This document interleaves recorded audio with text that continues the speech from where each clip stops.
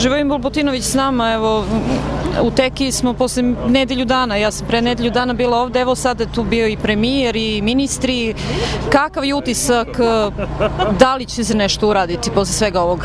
Pa posle ove posjete normalno da mi imamo nadu i veru u premijera, obećao je da će i država da se uključi ono što je u njenoj mogućnosti, a što je za nas najbitnije, rekao da će dati pare za ovaj obodni kanal koji je i po mom mišljenju napravio velike probleme što nije završen i normalno ovo što smo već rekli oko nacionalnog parka gde se oni nedomaćinski ponašaju, da će u tom pravcu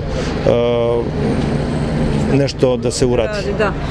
Vi ste ovde kao čovek iz Senke dosta uradili za Tekiju, niko to ne pominje, ja moram da kažem, znači i što se tiče evakuacije ljudi i svega. Pa meni nije da se ja slikam i da me neko spomene, nisam zbog toga ni uradio to, meni je to obaveza i dužnost, tako sam rođen, cela moja porodica, verovatno ste pratili da svi smo bili angažovani i zbog toga sam ja zadovoljan što mogu svom narodu da pomognem, a što se tiče to, da li ću neko da me spomene, ne spomene, to je, ostavljam svakom čoveku da o tome odluči.